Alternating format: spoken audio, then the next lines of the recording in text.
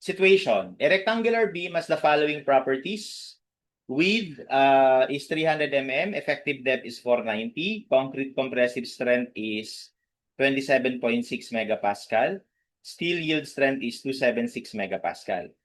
For number 1, determine the required tension steel if the beam is to resist a factored bending moment of 20 kilonewton meter. So this time, pinapa-design, no? Pinapa-design yung beam. So pinapa-compute lang yung dami ng bakal.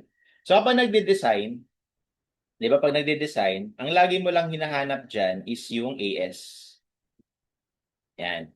Okay? Kaya ako, ang ginagawa ko dyan, matik yan, no? Dalawa lang yung equation na gagawin mo dyan. Una, MU, yung moment dapat equate natin sa moment capacity ng beam. Okay? So ano yung moment capacity ng beam? So 'di ba, sabi ko nga yung Mn na yan pwede na C times D minus A over 2 o di kaya ay T times D minus A over 2. Okay? Pero ang problema kasi, 'di ba hinahanap natin yung T, hinahanap natin yung AS. Nandito yung AS eh. Nandiyan, no? Di ba? Ang problema kasi pag ito ang ginamit natin, equate natin dito, given yan, wala tayong AS, wala rin tayong A. Wala ka ring depth of compression block. Kaya ang madalas na gagamitin mo talaga dapat ito, kasi dito isa lang ang unknown, yung A lang. Okay? So, ang mangyayari ganito, MU is equal to um, phi, which is again, nagde-design naman tayo, no? Nagde-design tayo. Dahil nagde-design tayo, ang desired design natin is under-reinforce, which is dapat mag-yield yung bakal, tapos tension controlled, which is dapat yung phi 0.9. Okay, yan yung desired natin lagi kapag nagde-decide at wala namang ibang sinabi. So, automatic, gagawin natin phi, tapos AS, FY, sorry, as mentioned, ang gagamitin ko is yung C, hindi yung T. So, 0.85 FC prime AB D minus A over 2. Okay?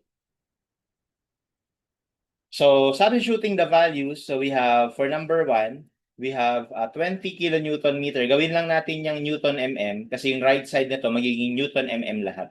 So, 0.9 times 0.85, FC prime is 27.6. Tapos unknown yung A, tapos yung B ay 300. Effective depth is 490 minus A over 2. And from here, we can solve for A. Okay, so actually, ang ginagawa ko dyan, dinidistribute ko yung A dito. Kaya ito magiging 490A, ito naman magiging A squared over 2. Tapos lahat ng to, ka-transpose ko sa kabila. Or di-divide ko doon. Okay, magiging over siya dito. Okay, kaya yung pag-compute ko dyan, naka-mode equation quadratic. Okay? Tapos yung unang term ko lagi dyan, ito 1/2. Kasi yun yung A squared. Tapos ito, negative 490. Kasi ito transpose mo sa left side. Tapos yung constant term mo is yung moment divided by lahat ng nakadilaw. Lahat ng naka-highlight.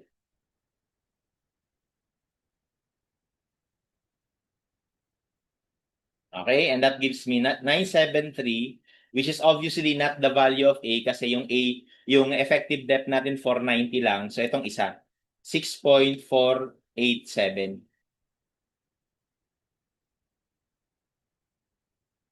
Okay? So after mo makuha yung A, ang sunod mo na nagagawin ay C equals T.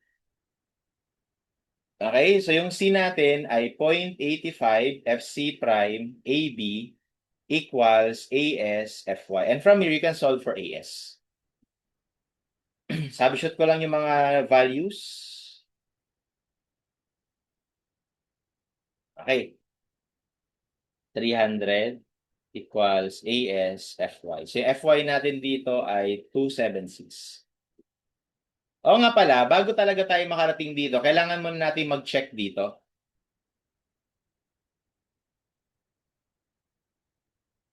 Okay? I-check natin siya against AMAX. Bakit? Kasi kailangan masigurado natin na yung design natin dito is pang singly reinforced ba or pang doubly. Okay? So, syempre kapag yung A na na-compute mo ay masyadong malaki, no, lagpas ng AMAX, 'di ba? Ang explanation ko kanina, kapag yung A mo sobrang laki nandito na, ang mangyayari yung bakal mo hindi na mag-yield. Ibig sabihin over-reinforced na siya, no? Lagpas ka na sa maximum eh. Okay? Kaya dito, we have to ensure na mababa sa AMAX yung makompute natin na A. Okay, ano nga ulit yung AMAX? That is 3/7 by default, beta 1D. And that is equal to 3/7. Yung beta 1 natin dito, 0.85 lang kasi ang FC prime natin mas mababa sa 28. Times effective depth is 490. So that is 178.5.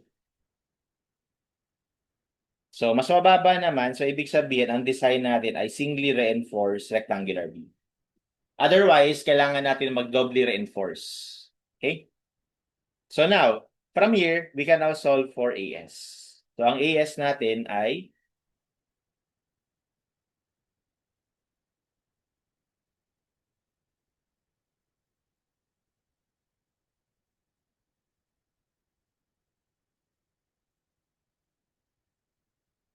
165.42.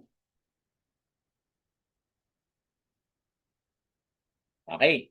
May pangalawa tayong check dito. Kailangan natin i-check. Hindi pa yun yung sagot ha. Check muna natin. Check natin siya against minimum naman. Okay?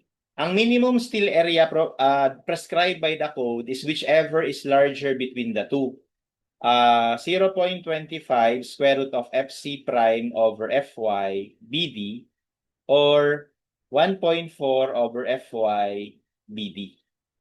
Okay? So, kung kukumpitin natin yung una, 0.25 square root of FC prime over FY BD, 300 times 490. We get 699.52. No? So, 699.52.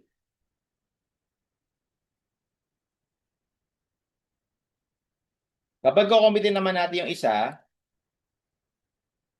which is 1.4 over Fy, it's gonna give us 745.65. Okay? Ang requirement guys, dapat yung makuha natin AS ito is lalagpas dito sa minimum kasi minimum to. But apparently, lumalabas ngayon na mas mababa siya. So kapag dahil mas mababa siya, ang gagamitin natin na AS is yung minimum. Which is sa case na to, ang minimum natin ay ito kasi yan yung mas malaki.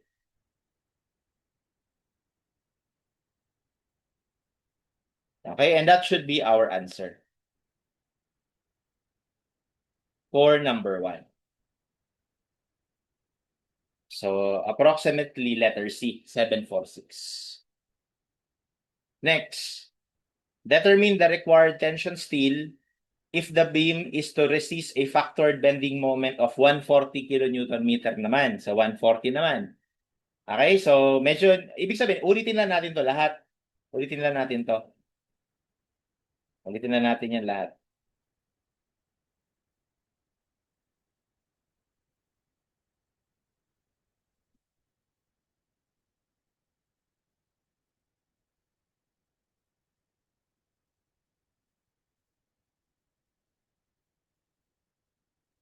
Yan pa rin. Same analysis. Wala naman magbabago. So, syempre, mag-iiba lang yung A. Okay? So, mag-iiba lang yung A. Mag-iiba lang yung AS. Okay? So, let me recalculate ha. So, 140 nga ba yun? 140, ayan. So, again, to solve for A, I will apply. Okay, I will apply quadratic equation. So again, 1/2, negative 490, and then yung constant.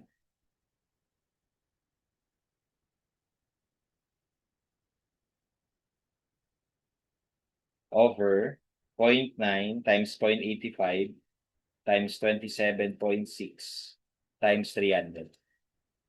Okay, so yung A na lalabas, hindi ulit yan. Ito, 47.4.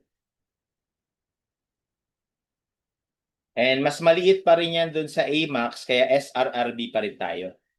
So therefore, we proceed here. So magiging 47.4 lang to. Okay, and from there, we can solve for AS.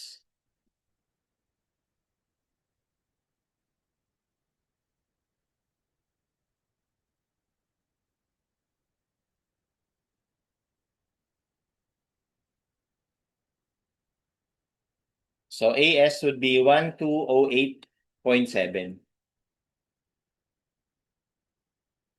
Which is lumalabas ngayon, mas malaki na siya sa minimum. So dahil mas malaki na siya sa minimum, ang gagamitin natin is yung na-compute na natin.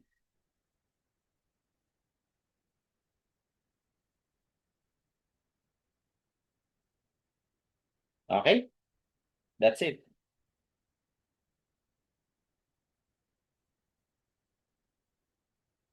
Letter B. Next, for number 3, determine the required tension steel kung mas malaki pa daw yung factored bending moment, no? So 410 naman. Okay, so again, ulitin lang natin to. No, ulitin lang natin to lahat.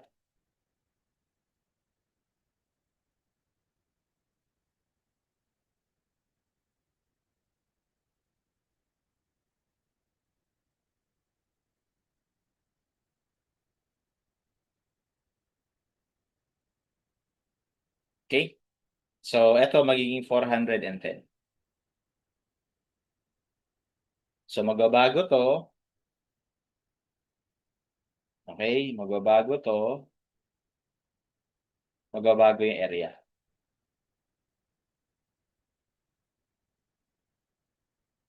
Okay?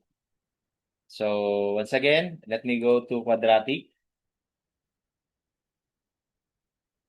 Okay, so 0.5, negative effective depth. Tapos yung constant.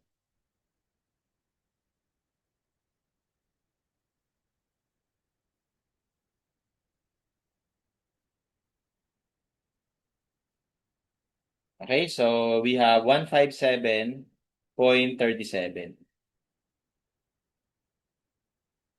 So as you can see, yung A natin, mas mababa pa rin sa AMAX. So okay pa rin, say, nasa SR, singly reinforced beam pa rin tayo. So therefore, we can still proceed as follows. So we have,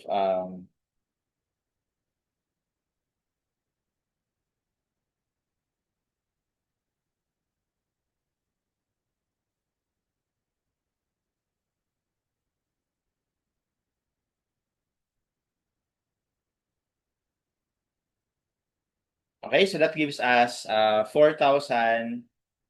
0.94.